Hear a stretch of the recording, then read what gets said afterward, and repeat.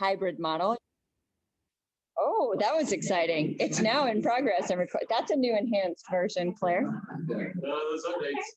We are so glad to see everybody here, and we're in our hybrid model, which means if you attended church, you are most welcome to come into Colleen Hall, which you can see Colleen Hall's box is lit up, and I'm sitting at my little computer in the same room. You just can't see me in the camera. We are so glad to have Coffee Talk today. Caroline Allen was our preacher today, and we're thrilled that she and John Allen are going to talk today further about the call of the Spirit and the mission field that they are going into. Caroline came here 5 years ago this February as our youth director. She is a graduate of the University of the South, otherwise known as Sewanee undergrad.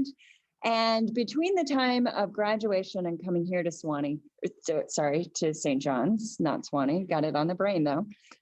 Between the time of graduation and coming here to St. John's, she spent time learning language, fundraising, and then interning, spending a year in Ecuador, which is indeed where I met her when I brought a team down for a provincial youth event, which of course led to our own mission teams going down there.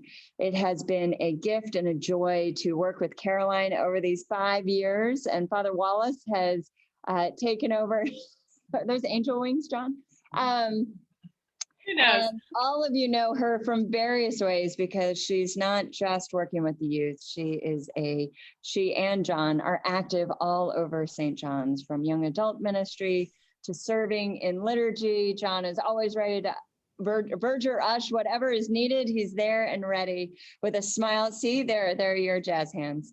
It is a gift. And what I do want to share is that St. John's is sending Caroline and John as missionaries. Our general operating budget is giving to their funding, along with many of you have personally invested in that also. Caroline and John, saying goodbye is not yet. That's 35 days away. But it is a gift to celebrate this exciting new adventure that y'all are on together, and that we will be on with you through prayer, but also in your reports and sharing that ministry with us. So John and Caroline, take it away. Sure, thanks. Good morning, y'all. I want to start out by thanking you all, the people of St. John's. I have never experienced such a vibrant and welcoming community, and can't imagine a better church home.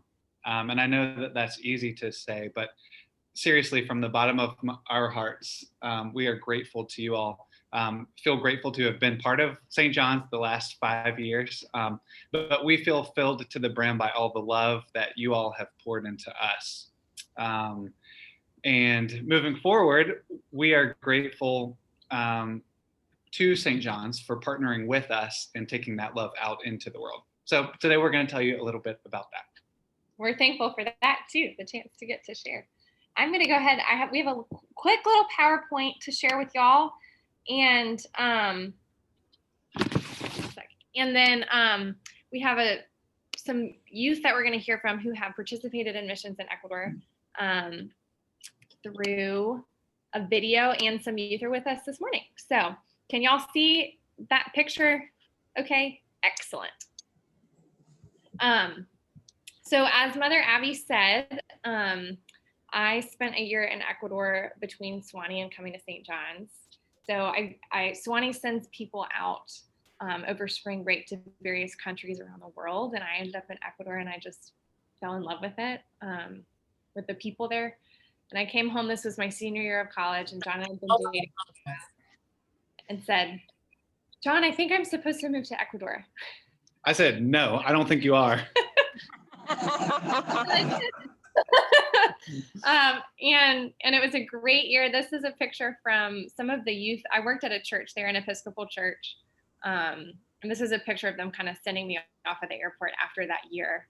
And as Mother Abby said, one thing kind of led to another, as God does. I met her in Ecuador, and she told me about this job opportunity. So I'm really grateful that all that process happened and that I'm here at St. John's. I Since he told me about the job, I said, "Oh, thank you so much, but there's no way I'm moving to Florida." And here we are, over 5 years later. But I was there for a year, so we're pretty familiar with ministry down there. Obviously, things have changed in 5 years, but it's a really great team to be a part of, and we're going back and working with the same people. So it sort of feels like going home a little bit. So we also wanted to tell you a little bit about Ecuador itself in case you aren't very familiar with it. If you can see, can you see my arrow? Can you see that? Excellent. So this is Ecuador here. It's in the northwest corner of South America, and it's about the size, land area wise, of Colorado, if that sort of gives you a sense of scale. So it's not very big. It has 4 main regions. So the Amazon rainforest actually the river begins in Ecuador. It has that region. It has the Andes Mountains, the highlands, and then it has the coastal region along the Pacific Ocean. And then the last one you can't even see on this map, but the Galapagos Islands are actually part of Ecuador. So if you have always wanted to go to the Galapagos, in the next 2 years is a great time to go, because John and I will be there. We are going to be living in the highlands. So although it is on the equator, Ecuador on the equator, that's how they got the name. Are you translating again? You guys could probably figure that one out. Even though we're on the equator, it's at almost 10,000 feet of elevation. So the climate is really mild year round. It's like 65, 70 degrees, which I personally am excited about. Again, if it gets to be July next year and you want a break, come visit. They also speak Spanish in Ecuador, just in case you didn't know that. People always ask John if he speaks Spanish when they hear we're going, and John says, Oui, oui. Which is French. But yes, he does speak Spanish. That's kind of just an overview. We'll be in Quito, the capital, which is a big city of about over 2 million people. You can kind of see in the background of this picture, that's a little bit of Quito. So it's a big city, and that's where we'll be living, from one capital city to another. So we will be working with the same organization Caroline worked with in 2015. It's called One Collective. One Collective is a non-denominational organization with hundreds of workers all around the globe. We have actually visited One Collective headquarters twice in the last year for 3 weeks of training. And I was a little skeptical about working with a non-denominational organization. But I can tell you that I came away very impressed for 2 reasons. Number one, they have a tremendous staff who are there to support us in any area, whatever we need, they're there for us. And more important, I love their theology. They're not about beating people over the head with Bibles or trying to save everybody. They really look at what Jesus did, which is a good holistic mix. So yes, there may be a little evangelism. I know that's a scary word for us Episcopalians, but really mainly focused on a relationship, spending time with people, feeding the hungry, having meals with people. So that's what One Collective already does in Ecuador that Caroline was a part of in 2015. And so that's what we want to be a part of. So that's a little bit about One Collective. Their team in Ecuador is called Youth World. So that's the smaller circle on here. Youth World is the same thing. It's just the Ecuador branch of One Collective. Youth World has 7 different ministries. So everything from a conference and retreat center up in the Andes where they have llamas, to a home for women coming out of sex trafficking, to a skate park ministry where they mentor teenagers. But the branch we'll be working with is called short-term teams, which is what many of y'all are familiar with, having been to Ecuador in the last few years. Yeah, short-term teams, kind of another word for a mission trip. So our goal as people who work with short-term teams, I kind of mentioned this if you had a chance to hear my sermon, but it's the goal of partnership. So it's not going down with the attitude of helping the poor people or just like us doing and them receiving. It's really a partnership where hopefully 4 groups of people are positively impacted by the relationship. So this kind of model is true for us as longer term missionaries, or for people who come on short-term teams and are there for 10 days. But we're hoping that all 4 of these groups are giving something to the equation and receiving something from the equation, and that they feel like it's worth the investment to be part of this relationship. So the first of those 4 groups are our partner churches or partner sites in Ecuador. There are about 10 to 12 of those, and 3 of them are Episcopal churches. And John mentioned, oh, go ahead. Bishop Curry went to a couple of them a couple of years ago. Really exciting. He did. They saw the pictures when he visited here and said, we're going to get our own picture with Bishop Curry. So the first one is those partner churches. The second group is the community around those partner churches. So maybe it's a business down the street, or maybe one person in the family goes to that church and then they can go home and share that with the rest of their family. Or maybe there's a community nearby that the church invests in relationships. So the partner church and the people around them, that's these 2 blue circles. And then the other 2 groups are the missionaries. So that could be John and me. That could be the people who are on those short-term missions or mission trips. We hope that it's a good experience for them, right? And that they're giving something and receiving something. And then the senders. So that's the people around the missionaries. So St. John's would be a sending church, both for us and hopefully for teams in the future. So we're hoping that everyone that's part of this relationship, again, is both giving and receiving, because we want it to be partnership, not just going and helping or going and serving or going and doing, which are good things, but we want it to be a reciprocal relationship. So with that said, most of the year, what John and I will be doing is spending time in the churches in Quito that are our partner churches. This is a funny picture of the year that I was there and John came and visited at Thanksgiving. And so Thanksgiving is not really a thing in Ecuador because it's an American holiday.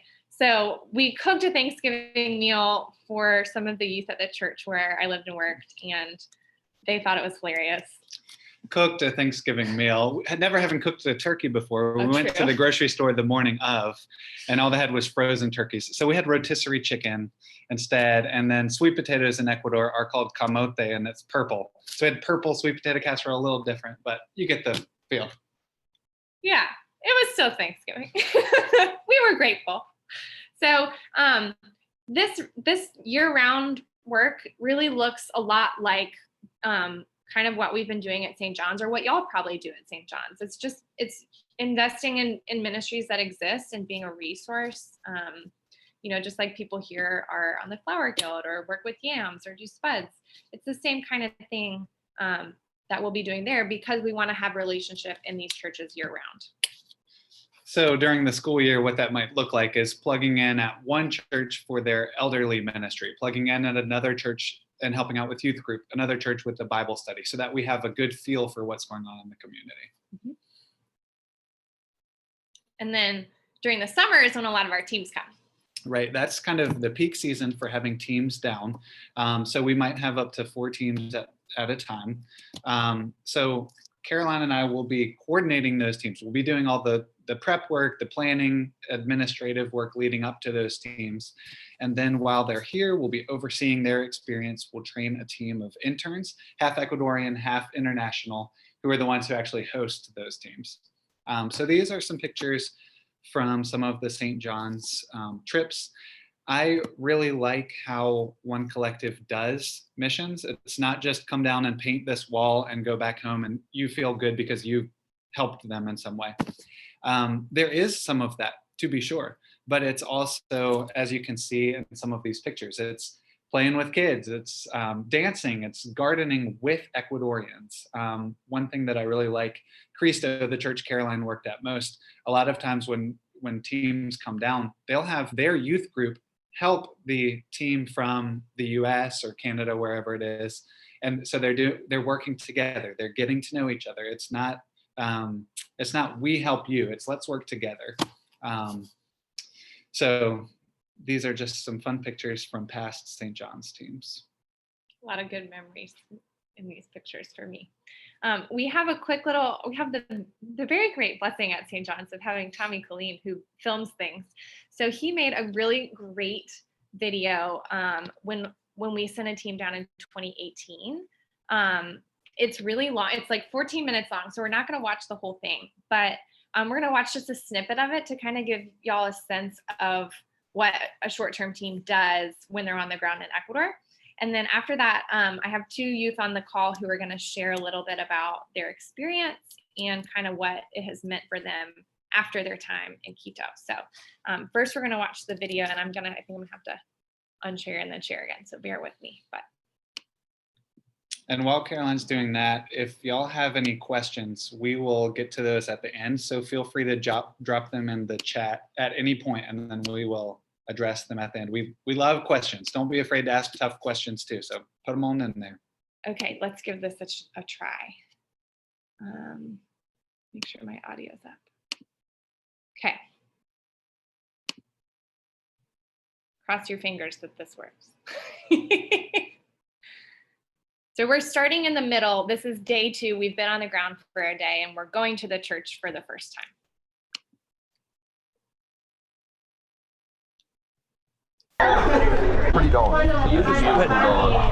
So we just got to El Buen Pastor. It's about an hour away from the hostel, and we're about to go in and have a regular Sunday service with the church. And then there are 4 of us speaking, Tripp's doing a sermon, and then Annika, Davis, and I are doing our God talks. So this is going to be really fun. I'm excited.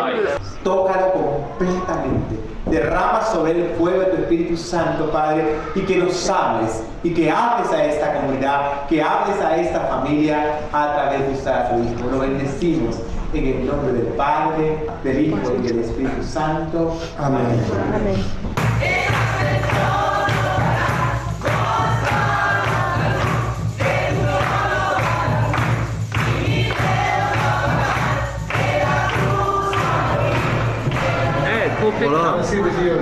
So we just finished the 2-hour church service where we heard from multiple people here about their sermons and stories, and now we're having a chicken lunch. If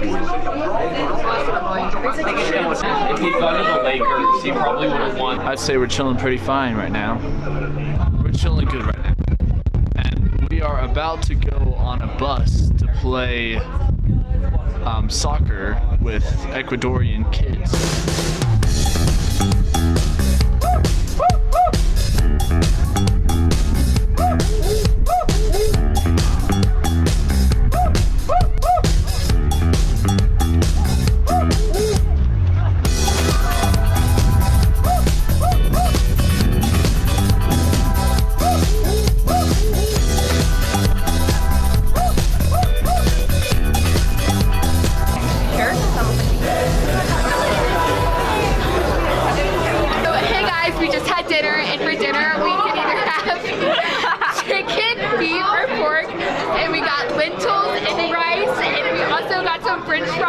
Delicious. Then we got water or Coke or strawberry soda or sparkling water, and it was all very good. And yeah, that was dinner. Bus, bro. Dude, the bus is right down there.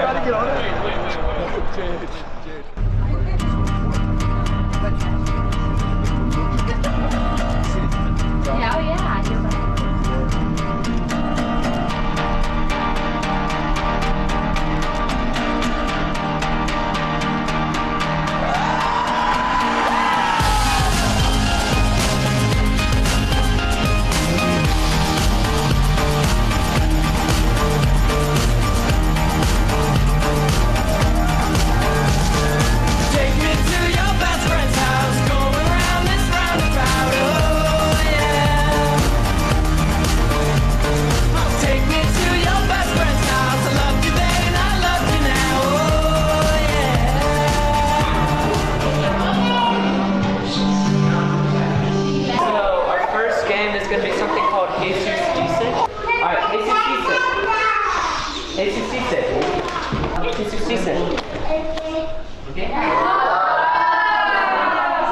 Today, our group is leading VBS with the children at El Buen Pastor.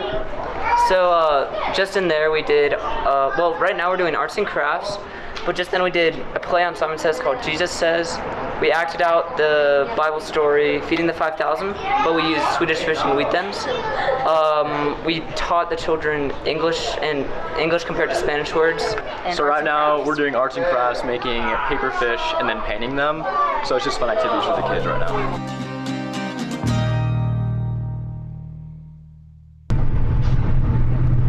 So this morning, we left around 8:30. We drove to the church. Danny and Neil did morning devotion, and they all told stories. And then we split into 4 groups, and we went up on the mountain. Each group went to a family's house, and it's either painting, cleaning, or helping people.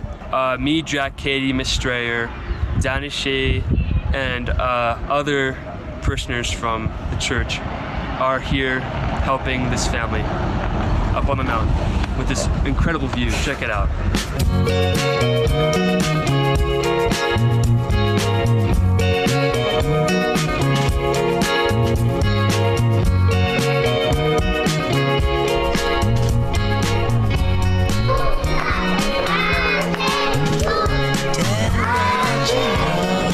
Hey, we're up on the mountain really near Buen Pastor, the church where we're working, and we're doing a children's festival for kids who are around like 4 or 5, 6 years old. And we've split up into 6 stations, and they're having a great time. They're fishing for Swedish fish and getting balloon animals, and their faces painted. So it's really fun to just be here and feel all their energy and have a great time.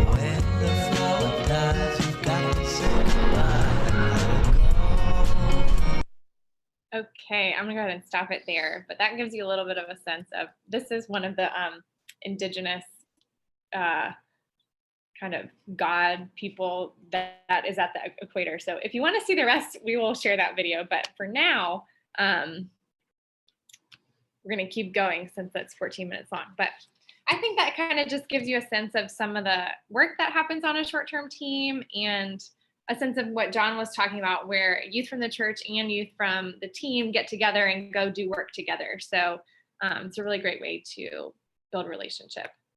I have some notes in the chat. Okay. Talk about altitude. Yeah, it is at altitude. So that is really impressive that they're playing soccer at nearly 10,000 feet of elevation. You definitely feel the effects. It's pretty hard to breathe. You will notice I wasn't in the video playing soccer. I was standing on the sideline. Anyway, so we have Davis, Shelton, and Madeline Scan. I think, yeah, I see, there she is, on the call, and they have both been to Ecuador with me. Madeline, you've been twice, right? And Davis went on that 2018 team that you saw in the video. So I just invited them to kind of come and talk about their experience. And then one of the goals of short-term teams is that it bears fruit in the lives of people who participate, so that there's some sort of change in your life because you went on a short-term team, or for the Ecuadorians because you received a short-term team. So take it away. Davis, do you want to go first? I guess I could, yeah. Righty. Well, my name's Davis. I'm actually in one of the upstairs conference rooms right now, but I was on the 2018 mission trip to Quito. Madeline and I were there together. If you see the person running around in the blue hat in that video, that was me. So one thing about the short-term mission is that they're very fast-paced. You're there to get there and do as much as you can. And so every day was activity packed. I mean, we're at Buen Pastor 4 or 5 days, if I'm correct, Caroline, and then the rest of the time you were bouncing around Quito, seeing where you were needed. We got the whole rundown, or not the whole rundown, but a very synthesized rundown that Caroline and John got about the missionary itself and its different aspects and the different programs that they have outside of just short-term missions. Another thing is that we were working specifically with Buen Pastor. There are a bunch of different churches in Quito that partner with this organization. And so from my understanding, Caroline and John won't be tied down to one, but they'll be bouncing between different churches. And so kind of what I took away from this experience is on our outside work day, which I think was day 4 from that video where we went and worked with a different family. I was working with a really elderly woman. I think she was 80 plus years old up in the mountains, kind of just helping her till her little garden area for the upcoming growing season, and then also just helping her clean up around the house. I mean, that really impacted me in a way because it reminded me that the world is not just America. The world is not just Tallahassee. It's not just Florida, not just the South. It expands beyond our borders. And so there's always going to be an opportunity for you to help. And so while I can't go to Quito every summer, I try to find ways every summer or every break that I have where I can give back to the community, whether that's going through organizations like the Kearney Center, whether that's going through school-based organizations that partner with places like Grace Mission or the Lake Ella Project, which is a Leon alum started program. But kind of just one way that Quito has impacted me is seeking out other volunteer opportunities to give back to my community, whether that's at the local, state, regional, or national level. And so I'm going to pass the baton to Madeline Scan to talk about her experience now. Okay, hi everybody. My name is Madeline. I went to Ecuador in both 2018 and 2019, and the 2 trips were both so different and special in their own light. And I have a lot that I could say about both, but I only have a few minutes, so I'll just touch on a couple things. But the first trip, the video that Tommy made visualized a lot of things in the video, as well as Davis just spoke on the first one. So I'll talk more about the second trip, just some specific things that I learned. And I guess the main thing, kind of like Caroline and John already said, it's not we help you, it's let's work together. And that is a thing that really stood out to all of us. And we're building personable, special relationships with other children of God. We aren't here to paint walls, like John said. We're here to really connect with other children of God and impact each other, I guess. And I think that's very true. So I wanted to just talk about, so in 2018, our team was some girls and boys from the youth, and our second trip in 2019 was all girls. So it was very different, but in a very good way. So in 2019, we did a women's empowerment retreat. That was kind of like the first trip. We spent most of our time at El Buen Pastor. And then second time that I went to Ecuador, we spent a lot of time, a couple days at El Buen Pastor, but also half of our trip was us putting on an empowerment retreat for the girls of a couple local churches to teach them about God's word and connect with others and stuff. And the buses would pick us up and then pick up all the girls. And we got to El Refugio and split into teams. We did a ton of bonding activities. We did high ropes and low ropes. And we just really, really connected. And the language barrier is obviously hard, but that didn't stop us from creating relationships with one another. And when we would be eating meals, we would all just be, it wouldn't be St. John's kids on one table and then the Ecuadorian people on another table. Everyone would be together and just really creating relationships with one another. And there's a lot of things that I learned in Ecuador, obviously, but the most memorable and special thing that I learned about my short-term missions was just the relationships that I created. And yeah, that's basically it. Just relationships, really, really so memorable about both of my trips in Ecuador. And I'm super, super excited for Caroline and John that they get to go and live in Ecuador in a place that's so special to both of them and create some awesome changes and help a lot of people and be impacted themselves and create a lot more relationships and build upon the ones they already have. So I'm very excited for both of them. And thank you. Thanks, y'all. Thanks, Davis and Madeline, for telling us a little bit about your experiences and some of the fruit that happened in your life. That's kind of what it's all about. So I wanted to tell you a little bit about our timeline. It's funny, COVID's just been a weird time to announce that we're leaving because we run into people and they say, I didn't know you were still here. So you're stuck with us a little longer.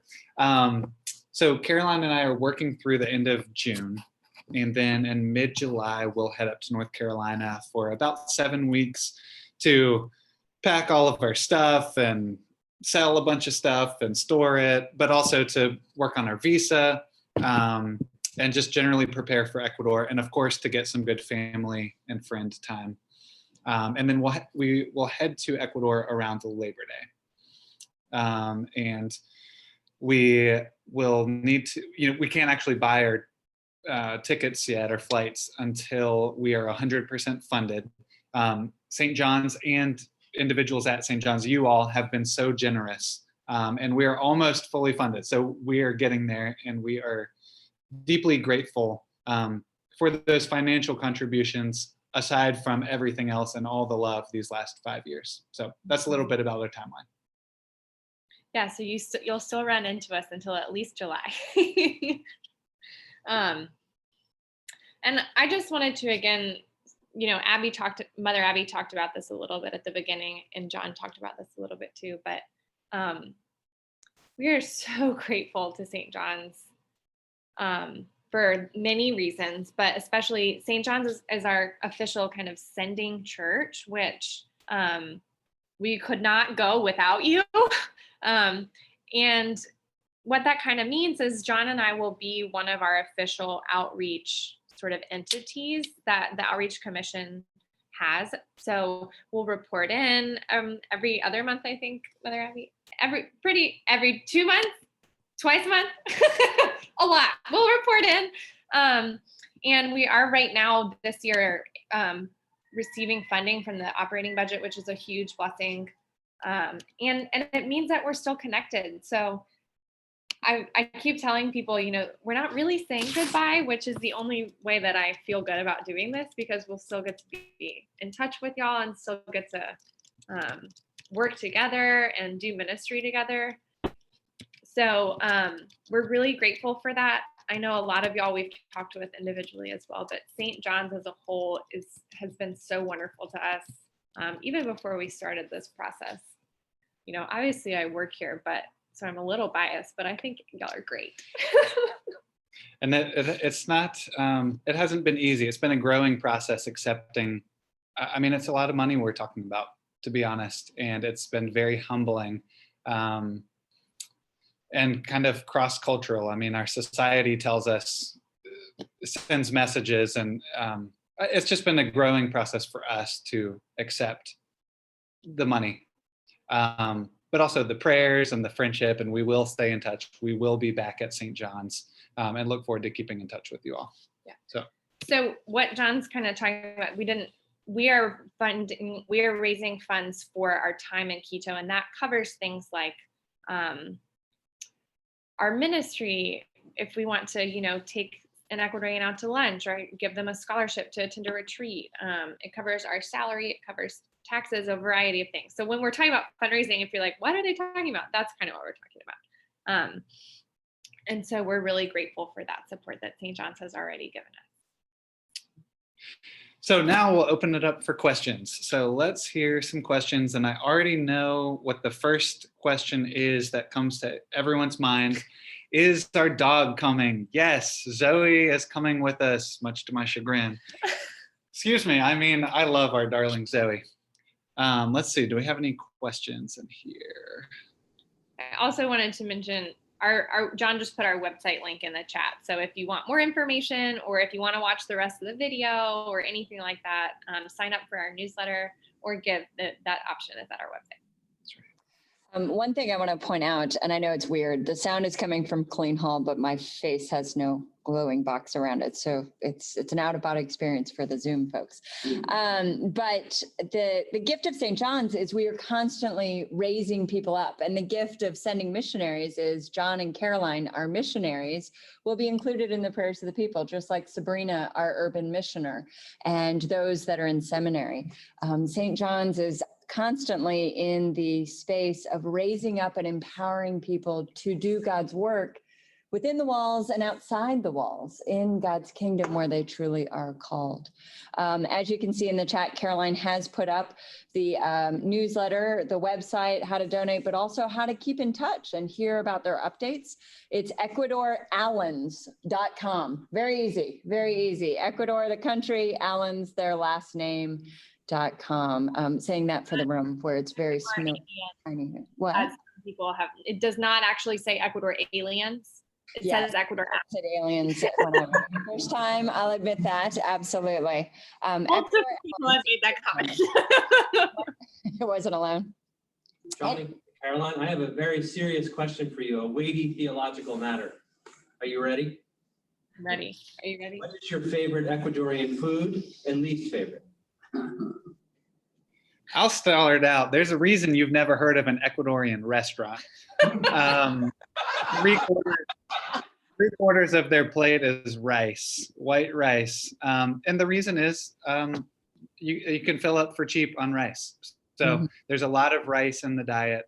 I will tell you my favorite food that I haven't had yet is guinea pig. It's considered a delicacy there. You haven't had it yet. That's what I said, but it's already my favorite. Some of the youth have tried that. If you watch the whole video, it's in there. Tastes like chicken. Yeah, I would say so. My very favorite meal, which all the churches know that this is my favorite meal. So when I visit Ecuador, which St. John's has been very generous and let me do every year, I get to eat this meal like 4 times. It's like a potato pancake almost, or like a potato cake, and has potato and cheese. And then they pan fry that and put this like beet salad and avocado and just deliciousness on top. And then you have fried plantains. It's very good. I personally am not a fan of the guinea pig, although it is a delicacy. I encourage you to watch the rest of the video and see Tommy Colleen try the guinea pig. Oh, we're as loud as we can go. Sorry. I've got a quick question. Tom Bishop has a question. Yeah, Tom Bishop here. I've been the international service director for our local Rotary Club for a number of years, not presently, but also in our Rotary district. And we've had projects funded out of our own club in the Caribbean, also in Mexico. And internationally, we've had projects. I've been involved in projects in India. I wondered to what extent maybe, because Rotary is all over the world, you have an opportunity to pitch Rotary in terms of what you're doing and informing them, because my hunch is in Ecuador, there's very active Rotary operations there. In other words, to get your message out about what you're doing in an international way that's non-denominational. So I just wanted to ask you, have you contacted Rotary, or have you had any experience or exposure to that? We have not, but send us some contact info. We'll definitely reach out. I love the idea. That's great. Yeah, thank you. Cool. I see a question. Is the video on St. John's website or yours? It's not on either right now, but we're going to post it on our website after this so that you can watch it. It was like a little trailer.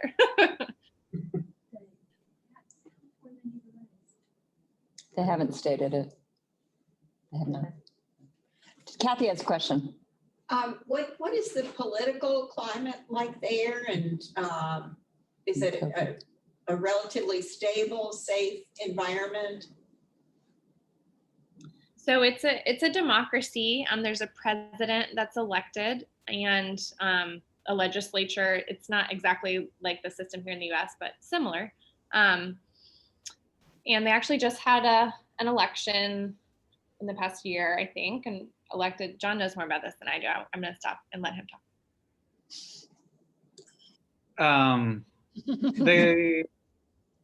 It's like our government. You have. They just elected a new president. Two right? presidents ago was very kind of closed off, isolationist, focused not on America or globalization. The last president was very globalizing. Now they have a conservative, business-friendly president. So I don't know what I would say that makes it distinct. One of my fun facts is in Ecuador, voting is mandatory, or else you get hit with a big fine. And you do things like register your car or get a drive. Like you have to check the yes, I voted box to be able to do various other civic things. I think it's pretty stable. Like there are protests pretty often, but that's kind of just the culture. But like I feel safe, and I don't feel like the government is going to, I don't feel like there's going to be a coup any day or anything like that. If that answers your question. Yeah, thank you. Any other questions from Colleen? There's a couple questions in the chat. What do you see as your first project you want to be involved in from Georgia? So we're more people focused than project focused. And what I mean by that is we kind of get there and jump into whatever's already going on rather than going in and like initiating a project. But kind of we'll take cues from the churches, and whatever the projects they want to complete are, we'll be part of that and hopefully be a resource for that. Either, in manpower or in funding or in connecting them with people. I'm trying to think of a project. Tell them about EH. So one of our partner ministries, the partner of Youth World, is a scholarship program, Education Equals Hope, actually started by a college classmate of Abby's who will be, who John and I are reporting to. So she says she accidentally started the scholarship because she saw a girl in a church who used to be bright and open and bubbly, and then suddenly one day was pretty depressed. And she said, "What's going on?" And she said, "I can't afford school anymore." So Cameron said, "Well, what do you need to be able to afford to go to school?" And the student, Laura, said, "Well, it's $20 a month, and I just don't have that." And so Cameron and her roommate got together and they said, "Okay, we can do $20 a month so that you can go to school." In Ecuador, the schools are free, they're public, but you have to purchase certain supplies to be able to enter the classrooms. So if you don't have a uniform, they won't let you in the class. Or if you don't have the right textbook, they won't let you in the class. So this program has grown now. I think it's in multiple countries, but it's sort of as a partner ministry of One Collective and Youth World in Ecuador. It kind of falls in those circles somewhere, but it's its own thing, but we work with them because it was started by a Youth World missionary. So there are a lot of people who are receiving these scholarships to study now, and it's a very, very responsible program. They turn in receipts for every expense. Especially this past year during COVID, they've widened the kind of requirements a little bit, like included internet in a school expense and things like that, snacks so that you're not hungry while you're going to school. But I guess that's an example of a project. No, we're not going to start that, but it's an example of a project that has grown out of this ministry.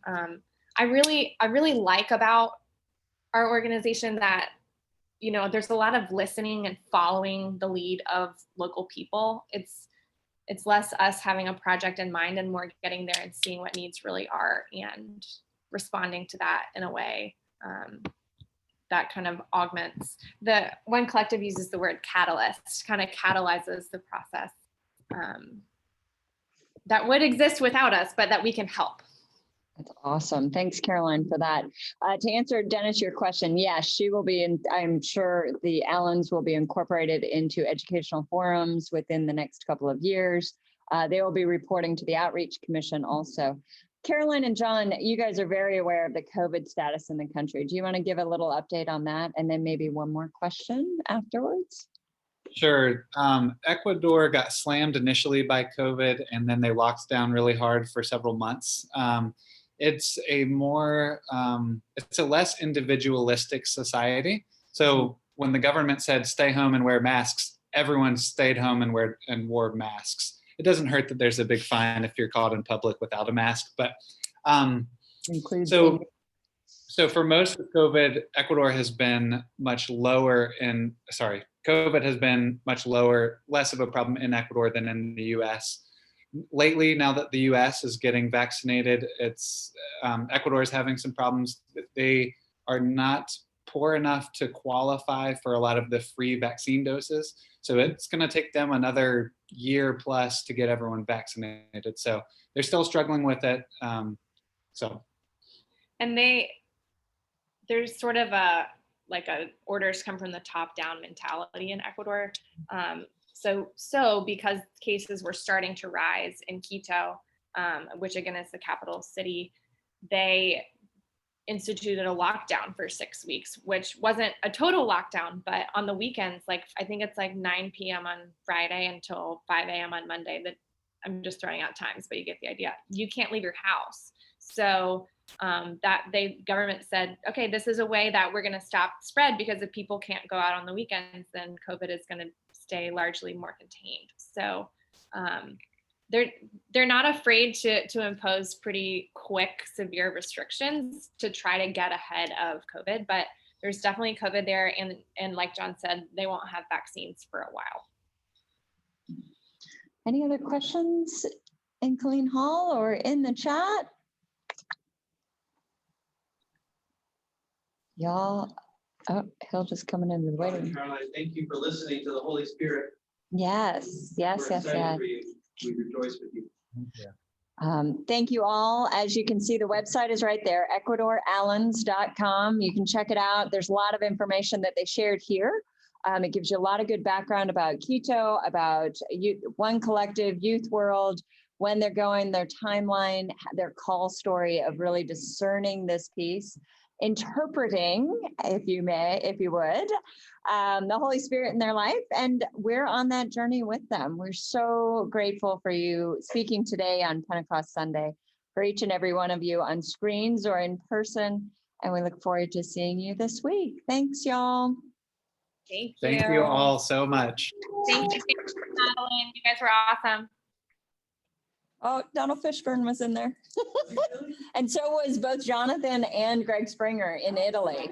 And Caroline's mom was in there. We're still live. I turned my computer off. We had quite the gathering. Yep. Everybody can join in. Hi, Mom.